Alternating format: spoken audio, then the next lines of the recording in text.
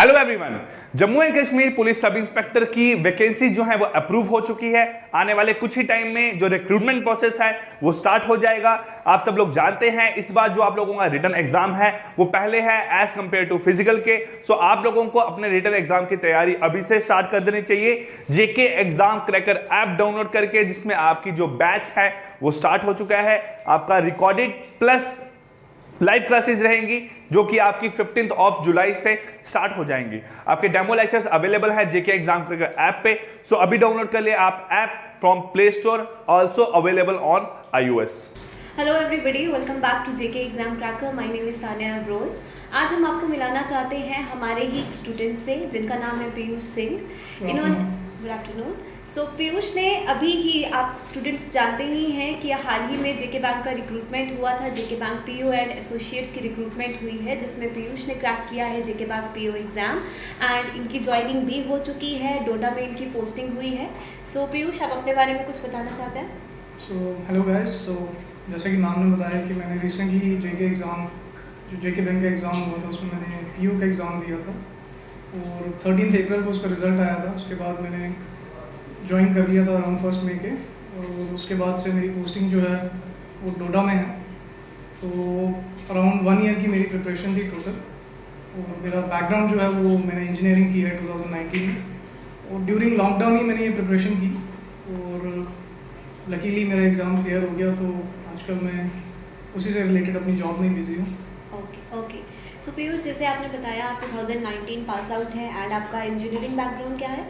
और मैंने mechanical engineering की हुई है। Okay. और 2019 में मैंने इंजीनियरिंग की, बट इंजीनियरिंग साइड पे मैंने कोई ज़्यादा एग्ज़ाम्स नहीं दिए। उसके बाद मैं एमबीए के लिए प्रिपेयर कर रहा था।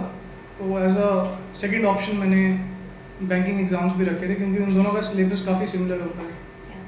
और अराउंड मार्च में मैं जम्मू वापस आया था, तब उससे पहले मैं बैंगलोर में था। तो तभी मैंने बाकी एग्ज़ाम्स जो थे, तभी ये नोटिफिकेशन भी आई थी कि जेके बैंक का एग्ज़ाम होगा। तो मैंने प्रिपेयर बेसिकली एसबीआई के लिए किया था, एसबीआई और आईबीपीएस के लिए। साथ में जेके बैंक भी था। सो यही 3-4 एग्ज़ाम्स थे जिनके लिए मैं तैयारी कर रहा था। और फाइनली मेरा जेके बैंक में ही हुआ। आईबीपीएस में मैं मेंस क्वालिफाई नहीं कर पाया था, और जेके बैंक में मेरा मेंस और इंटरव्यू दोनों क्लियर हो गया। तो यही मेरी तैयारी थी कुछ अराउंड 1 साल की। ओके। सो 2019 में आप वापस आए, मे बी लॉकडाउन के टाइम पे आप जी। बैंगलोर से वापस आए हैं ना? सो मतलब जब आपने प्रिपरेशन किया, आपने दैट मीन्स आपने जेके बैंक का इससे पहले भी एग्ज़ाम हो चुका है। 2018 में भी ये वैकेंसीज आउट हुई थी, एग्ज़ाम वापस हुआ क्योंकि वो डिस्कार्ड हो चुकी थी। तो आपने वो एग्ज़ाम नहीं दिया? नहीं, मैं तब एलिजिबल नहीं था क्योंकि मेरी ग्रेजुएशन ही कंप्लीट नहीं हुई थी, तो मैंने वो एग्ज़ाम नहीं दिया था। ओके। सो आपने 2019 में जब आप वापस आए, जितने भी आपने एग्ज़ाम्स के लिए प्रिपरेशन किया for other banking exams for example, तो आपने तभी प्रिपरेशन स्टार्ट किया। तो 1 साल के ही प्रिपरेशन में आपने ये एग्ज़ाम क्रैक किया है? जी। ओके। सो प्रिपरेशन कैसे स्टार्ट करी, कहाँ से मोटिवेशन मिला? बिकॉज आप एक टोटली डिफरेंट बैकग्राउंड से थे, इंजीनियरिंग, मैकेनिकल इंजीनियरिंग बैकग्राउंड से, और आपने एक डिफरेंट फील्ड चूज़ किया। सो ये एकदम शिफ्ट कैसे? मैंने जैसे आपको बताया मैम, मैं बेसिकली एमबीए के लिए प्रिपेयर कर रहा था। तो इनका सिलेबस सिमिलर होता है। तो मैंने मैं एमबीए के भी इंटरव्यूज राउंड तक पहुंचा, लेकिन मैं क्लियर नहीं कर पाया। तो मैंने एक ऑप्शन के लिए रखा था कि मैं अगर नहीं सिलेक्ट होता हूँ तो मैं बैंकिंग वाली साइड के एग्ज़ाम्स भी दूंगा। तो इंजीनियरिंग बैकग्राउंड का ये फ़ायदा है क्योंकि मोस्टली जो इस रिक्रूटमेंट में सिलेक्ट हुए हैं और भी लोग हैं जिन्होंने इंजीनियरिंग की है, क्योंकि मैथ्स और रीजनिंग में आपको बहुत फ़ायदा रहता है क्योंकि आपने ग्रेजुएशन लेवल तक पढ़ा होता है। आपको बस थोड़ा एग्ज़ाम का सिलेबस देख के, और वैसे आता तो 10th स्टैंडर्ड तक ही है, थोड़ा स्पीड का आपको ध्यान देना पड़ता है कि कैसे अपनी स्पीड बढ़ाएं। और प्रीवियस ईयर एग्ज़ाम्स या आप मॉक टेस्ट देके वो आप देख सकते हैं। और वहीं से मैंने 2-3 जगह से बेसिकली टेस्ट सीरीज़ ली थी, तो उसी के साथ साथ मैंने प्रिपेयर करता गया। और through out this 1 year of lockdown मैंने प्रिपरेशन की, और फाइनली जो रिज़ल्ट जो था वो मेरे फेवर में गया और मैं सिलेक्ट हो Okay, गया। okay. So there were many subjects like English, reasoning, maths, GK was also there in mains examination. So आपने कैसे प्रिपरेशन स्टार्ट किया, कौन कौन से सोर्सेज से आपने पढ़ना शुरू किया एक बार, क्योंकि काफ़ी स्टूडेंट्स हैं जो बैंकिंग एस्पायरेंट्स हैं, बैंकिंग एग्जाम्स के लिए प्रिपेयर करना चाहते हैं, क्योंकि बैंकिंग एग्जाम्स एक प्रॉपर रेगुलर बेसिस पे होता है, उस पर कोई भी डिले या नहीं होता, हर साल वैकेंसीज आती ही हैं एंड काफ़ी एस्पायरेंट्स ऐसे हैं जिनको उम्मीद रहती है बैंकिंग एग्जाम से। सबसे कहाँ से अच्छी क्या? बात ही बैंकिंग एग्जाम्स की ये है कि अगर JNK में नहीं तो नेशनलाइज बैंक्स के एग्ज़ाम जो है वो होते ही हैं और बड़ी जल्दी प्रोसीजर 3-4 मंथ्स का होता है और पूरा प्रोसेस कंप्लीट हो जाता है और बाकी एग्जाम्स में थोड़ा टाइम लग सकता है। तो बेसिकली मैथ्स में मैं काफ़ी अच्छा भी था, लेकिन थोड़े टॉपिक्स थे जिनमें मैं वीक था। जैसे मैं कभी भी कोई भी DI का क्वेश्चन अटेम्प्ट नहीं करता था, चाहे वो प्री का हो, और उसके बिना आप मेंस कभी क्वालिफाई कर ही नहीं सकते DI के बिना। DI के बिना। तो उसके लिए मैंने शुभम सर की, आप लोग भी अगर जाएं, आप JK एग्ज़ाम क्रैकर की जो YouTube पे वीडियोस हैं उसमें शुभम सर की वीडियोस हैं, वो आप देख सकते हैं, पुरानी videos around 10 months old video होंगी वो, वहाँ पे आपको DI की वीडियोस मिल जाएंगी। वो बहुत ही हेल्पफुल थी मेरे लिए और वहीं से मैंने अपनी स्ट्रैटेजी को चेंज किया। पहले मैं बाकी टॉपिक्स में फिर भी अच्छा था, लेकिन DI मेरा एक वीक पॉइंट था, वहाँ से मैंने उसको बेटर किया और मेरा स्ट्रैटेजी यही थी कि मैं मैथ्स में जितना ज़्यादा स्कोर कर सकूँ उतना अच्छा है। और इंग्लिश में भी मैंने अपनी स्ट्रैटेजी चेंज की। पहले मैं अराउंड 20-21 क्वेश्चन ही अटेम्प्ट करता था, कम करता था। उसके बाद मैंने आहिस्ता आहिस्ता बढ़ा के एक बार मैंने टेस्ट करके देखा कि अगर मैं 30 करता हूँ तो मेरे मार्क्स कितने आते हैं मॉक टेस्ट में। तो ऐसे करते करते मैंने इंग्लिश में भी, अगर आप देखना चाहें तो एक तानिया मैम की ही एक प्लेलिस्ट है अराउंड 23 वीडियोस की, उसमें आपका पूरा ग्रामर कवर हो जाएगा। उसके अलावा आपको सिर्फ प्रैक्टिस करने की ज़रूरत है मॉक टेस्ट में। और साथ में एक ऑनलाइन पोर्टल है, न्यूज़ पोर्टल स्वराज्य मार्ग, उसके अराउंड 4-5 आर्टिकल्स फ्री होते हैं वीकली। वही 4-5 आर्टिकल्स आप वीकली पढ़ लीजिए और साथ में ग्रामर का पोर्शन, ये इंग्लिश के लिए इनफ है। जो मैम की वीडियोज़ हैं अराउंड 23 वीडियोज़ हैं, तो ये आपके लिए इंग्लिश का आपका पूरा पार्ट इसी में कवर हो जाएगा। और इसके साथ साथ आप मॉक देते रहिए। और रीजनिंग मेरा वीक पॉइंट था थोड़ा, रीजनिंग अभी तक मुझे इतनी अच्छी नहीं आती है, तो रीजनिंग में मैंने यही रखा था कि मैं बाकी दोनों सेक्शंस को इतना स्ट्रॉन्ग कर लूँगा और रीजनिंग को बस इतना रखूँगा कि मैं सिर्फ क्वालिफाई कर जाऊँ। और इसीलिए एक मैं लकी भी था कि उस दिन जब एग्ज़ाम आया तो पजल्स मेरे से हो गए, क्योंकि नॉर्मली रीजनिंग में आपको पता नहीं होता कि पजल कहीं आप अटक सकते हो। लेकिन उस दिन जब JK बैंक का एग्ज़ाम था तो उस दिन इतने टफ पजल्स मुझे लगे नहीं, वो बाय चांस मेरे से हो गए। मतलब मेरी प्रिपरेशन इतनी अच्छी नहीं थी, लेकिन फिर भी वो निकल गए और मैंने उसका सेक्शनल भी क्वालिफाई कर लिया। और GK के लिए मैंने बिल्कुल एंड मोमेंट में ही तैयारी की थी। GK के लिए आप बेसिकली मोस्टली आपको क्रैम करना पड़ता है, जो भी रिसेंट बैंक रिलेटेड जो भी न्यूज़ में रहा हूँ उसके लिए बड़ी सारी ऐसी कैप्सूल्स हैं, या आप टेस्ट देते रहिए बार बार। उसमें अराउंड 30-40 क्वेश्चन होते हैं। अगर आपको 10 भी आते हैं, जो 30 आपको नहीं आते हैं वही नोट करते जाइए, उनको बार बार रिवाइज करते जाइए। तो अराउंड 3 मंथ्स के करंट अफेयर्स, अगर एग्ज़ाम दिसंबर में था तो मैंने सितंबर ऑनवर्ड्स वो सारे करंट अफेयर्स किए थे। और साथ में मैं हमेशा अटैम्प्ट जो था वो अपना मैंने मॉक टेस्ट में ही देखा था कि अगर मैं अटैम्प्ट ज़्यादा करता हूँ तो मेरा स्कोर ज़्यादा आता है, क्योंकि जो नेगेटिव मार्किंग का रेशियो है वो अराउंड 0.25 है, 1/4। तो अगर आप 4 क्वेश्चन अटैम्प्ट करते हो, उनमें बाय प्रोबेबिलिटी भी अगर आप जाओ तो एक तो करेक्ट होगा ही होगा, और जो 3 नेगेटिव होंगे तो तब भी आप प्लस 0.25 मार्क आपको मिल जाएगा। तो मैं बाकी स्टूडेंट्स को यही कहूँगा कि वो अपने अटैम्प्ट्स मैक्सिमाइज़ करने की कोशिश करें। मॉक टेस्ट दे के देखें, कभी 20 क्वेश्चन अटैम्प्ट करिए, कभी 25, कभी 30, और फिर डिसाइड करिए कि आपका जो मैक्सिमम आउटपुट है, सबसे ज़्यादा मार्क्स कितने क्वेश्चन अटैम्प्ट करने पे आ रहे हैं, और वही स्ट्रेटजी लेके आप एग्ज़ाम में जाइए और बिल्कुल आपको इसका बहुत फ़ायदा होगा।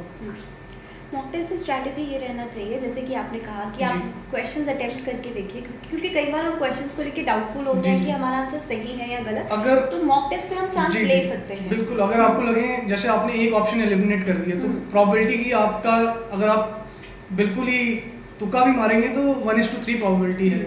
और अगर कभी आप 2 ऑप्शन एलिमिनेट करते हैं तो 100% उसको अटेम्प्ट कीजिए, क्योंकि अगर 3-4 क्वेश्चन ऐसे हैं जिनमें आपके 2 ऑप्शन में डाउट है, आप वो चारों अटेम्प्ट करिए। अगर आपके 2 करेक्ट और 2 रॉन्ग होते हैं, बाय प्रोबेबिलिटी तो ऐसे ही है, तो आपको +2 और -0.5, तो नेट आपको +1.5 मार्क्स ज़्यादा ही मिलेंगे। और मेरे को लगता है ये गलती बहुत सारे स्टूडेंट्स करते हैं कि वो अटेम्प्ट ही बहुत कम क्वेश्चंस करते हैं, वो एक्यूरेसी पे बहुत ज़्यादा ध्यान देते हैं। आई थिंक एक्यूरेसी आपको अगर ध्यान देना है तो मैथ्स और रीजनिंग में एक्यूरेसी पे ध्यान दीजिए। इंग्लिश में भी एक्यूरेसी होनी चाहिए, लेकिन अटेम्प्ट जो है वो आप मॉक टेस्ट में डिसाइड कर लीजिए कि कितना अटेम्प्ट में मेरा ऑप्टिमम रिजल्ट आता है, बेस्ट रिजल्ट आता है। और जीके में भी सेम, अगर आपको डाउट है कि एक दो ऑप्शन में, फिर भी आप उसे अटेम्प्ट करिए। अगर 50-50 है तो ज़रूर अटेम्प्ट कीजिए। एक यही लेवल मेरी पता स्ट्रैटेजी चल जाता है। हाँ, मॉक टेस्ट से एक लेवल पता चल जाता है कि हमारी अटेम्प्टेशन कहाँ तक सही है ना। चलिए, ये तो रही सब्जेक्ट्स की बात। अब जैसे आपने बताया पीयूष कि आपने अदर एग्जाम्स भी दिए, जी apart from the JK bank exam आपने एसबीआई दिया, आईबीपीएस दिया, तो वो एग्जाम्स क्वालिफाई हुए, मेंस या प्रीलिम्स आपका कैसा रहा? IBPS जो है उसका level I think JK bank से थोड़ा ऊपर है। हाँ। और उसमें मेरे IBPS में मैं मेंस क्वालिफाई नहीं कर पाया। मेंस में मेरा रीजनिंग में सेक्शनल कट ऑफ बहुत कम था, और मैथ्स और इंग्लिश वहाँ पे भी मैंने बहुत अच्छा स्कोर किया। मैथ्स में इंग्लिश में अराउंड 40 में से मेरे 36 मार्क्स थे, और मैथ्स में भी मेरे अराउंड 23 की कितने मार्क्स थे। बट मैं रीजनिंग के ये सेक्शनल कट ऑफ में क्लियर नहीं कर पाया। तो जैसे कि मैंने बताया, रीजनिंग मेरी आज भी काफ़ी वीक है, वो मेरा स्ट्रॉन्ग पॉइंट नहीं है। लेकिन मेरी यही कोशिश होती थी कि रीजनिंग में मैं क्वालिफाई कर जाऊँ, और बाकी दोनों सेक्शंस में मैं मैक्सिमम अपना स्कोर जो है उसको मैक्सिमाइज करने की कोशिश करूँ। और जीके भी उसमें इंक्लूड कर लीजिए, क्योंकि जीके में भी आप अराउंड 25 मार्क्स स्कोर कर सकते हैं अगर आपने अच्छे से प्रिपेयर किया होगा। ये स्कोरिंग सेक्शंस हैं जीके, इंग्लिश और मैथ्स मेरे लिए।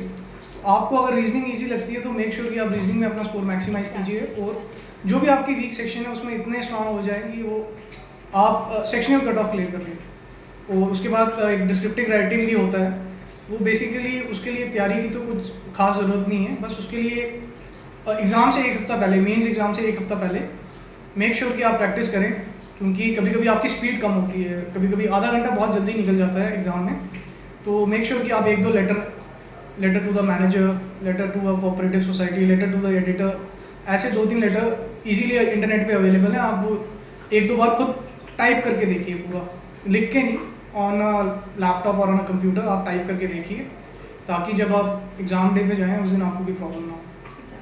तो बेसिक स्ट्रैटेजी तो वैसे सभी स्टूडेंट्स का डिफरेंट ही होता है, बट एक टीचर की तरफ से भी एंड इनकी तरफ से भी जैसे आपने बताया यही रिकमेंडेशन है कि जो पॉइंट्स आपके स्ट्रॉन्गर हैं, फॉर एग्जांपल किसी का इंग्लिश स्ट्रॉन्ग होता है, किसी का मैथ स्ट्रॉन्ग होता है, किसी का रीजनिंग स्ट्रॉन्ग होता है, तो उसको और ज़्यादा स्ट्रॉन्ग कीजिए, ताकि मैक्सिमम आपको, अगर आपको ओवरऑल कट ऑफ क्लियर करना है तो मैक्सिमम स्कोर आपका जो स्ट्रॉन्गर सेक्शन है वहीं से हो जाए। बाकी अदर जो आपका वीकर सेक्शन है वहाँ आप क्वालिफाई कर जाइए। तो यही स्ट्रैटेजी आपका भी रहना चाहिए।